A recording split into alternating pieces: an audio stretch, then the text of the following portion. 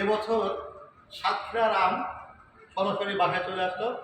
শাওন ক্যামেরার পিছনে আম নিয়ে আসার পরেও সে ভিডিও করছে, অক্লান্ত পরিশ্রম করে, চোখ মুখ বসে গেছে তার।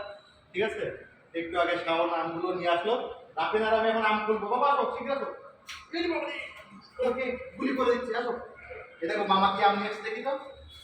অলরেডি আমরা ভিডিও করার আগে একটা খুলে ফেলছি, পরে ভাবলাম যে না, খোলাটা ঠিক হয়নি, একটা ভিডিও করি অন্তত আপনাদের সাথে শেয়ার করি। দেখেন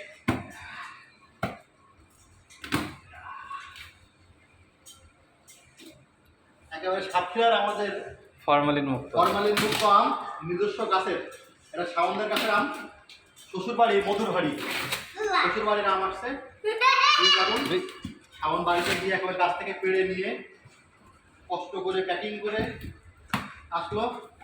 এবং শাওন নাকি চোখ মুখ বসে গেছে, দেখাতে পারছে না, শাওন লজ্জায় চেহারা দেখাচ্ছে না, তার নাকি চোখ মুখ বসে গেছে আম আনতে গিয়ে, এত কষ্ট হয়েছে। দেখেন কি সুন্দর করে সাজাই নিয়ে আসছে শাওন। ও চমৎকার। এটা হচ্ছে গোপালভোগ না গোবিন্দভোগ? গোবিন্দভোগ। গোবিন্দভোগ শাওনদের গাছের বড় বড় গোবিন্দভোগ আম, একেবারে প্রিমিয়াম সাইজ যেটা বলে।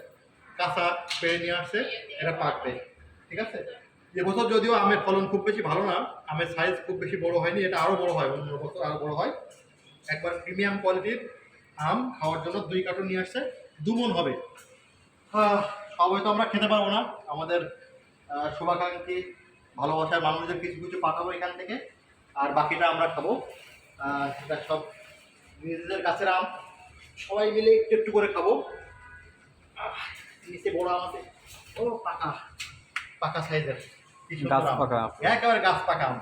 এটা যদিও এটার খুব বেশি সেন্ট পাওয়া যায় না আমে, কিন্তু খেতে ভালো গোবিন্দভোগ আম।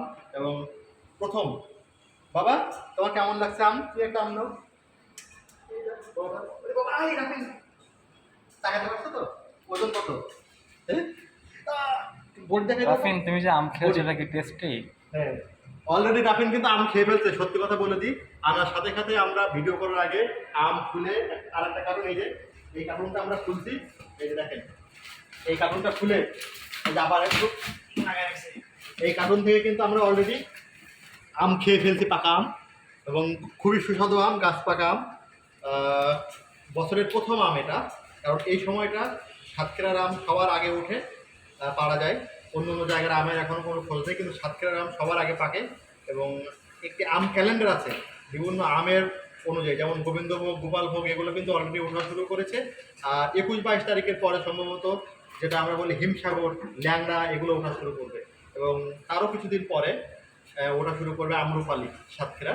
এবং সাতক্ষীরার আমের বিশ্বজোড়া সুখ্যাতি, পৃথিবীর বিভিন্ন জায়গায় এটা রপ্তানি হয়।